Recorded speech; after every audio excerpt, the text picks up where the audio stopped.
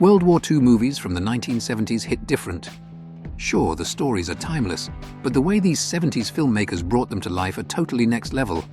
From gritty battles to deep dives into the human side of war, these films gave us a unique, sometimes brutal and always unforgettable look at one of history's darkest times.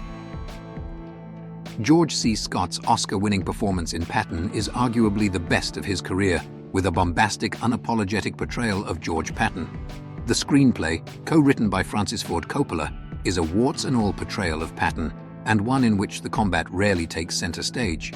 And yet, it is one of the more authentic, honest depictions of war put to film. Patton was nominated for 10 Oscars and won 7, including Best Picture and Best Director.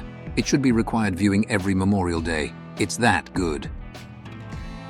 While Mike Nichols' war satire has a number of funny moments, overall it's a disjointed collection of hit-and-miss bits. The all-star cast makes this a totally watchable film, however, as Alan Arkin plays a frazzled pilot pretending to be crazy so he can be grounded before he gets killed. Orson Welles, Martin Sheen, Jon Voight, Anthony Perkins, Bob Newhart, and Richard Benjamin make up the fantastic cast, and each manages a few chuckles along the way. Don't sit down to watch Kelly's Heroes expecting a history lesson. It's a trippy piece of historical fiction that plays fast and loose with the World War II era for sheer entertainment. That would sink most films of the genre, but here, it works in the film's favor, and it has become a cult classic from the 70s. Clint Eastwood leads a group of American soldiers on a mission to steal Nazi gold in occupied France, finding it to be more than they bargained for. Midway is Hollywood's all-star depiction of the decisive Pacific Sea Battle of World War II. It's a deep dive into the tactics and motivations on both sides of the conflict. It's an interesting approach, but the narrative slows down to cover the major military figures in the battle, as well as the subplots. Midway stays afloat, however, thanks to stars Charlton Heston, Glenn Ford, James Coburn, Henry Fonda, Hal Holbrook, and Robert Mitchum. The Eagle Has Landed starts off a bit slow, but there's a strong second half to this 70s action-adventure thriller about a German commando unit on a mission to kidnap Winston Churchill. Making the Germans the protagonists is an interesting angle, although it is hard to buy Michael Caine and Robert Duvall as Nazis.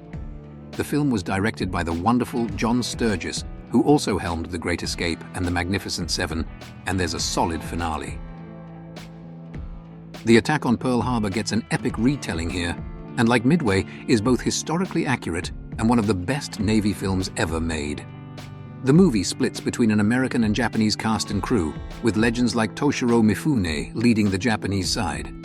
The film racked up 5 Oscar nominations for its technical achievements, taking home the win for Best Visual Effects.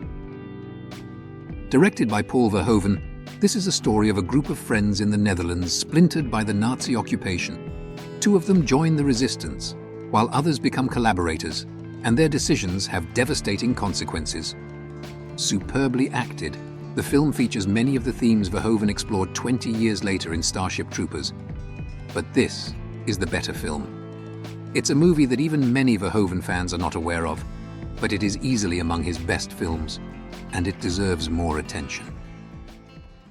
1978's The Inglorious Bastards is a grindhouse-style, low-budget take on World War II, and it's the movie that inspired Quentin Tarantino to make his own version in 2009, with a way bigger budget and an all-star cast. While both films share a similar vibe, the plots head in totally different directions.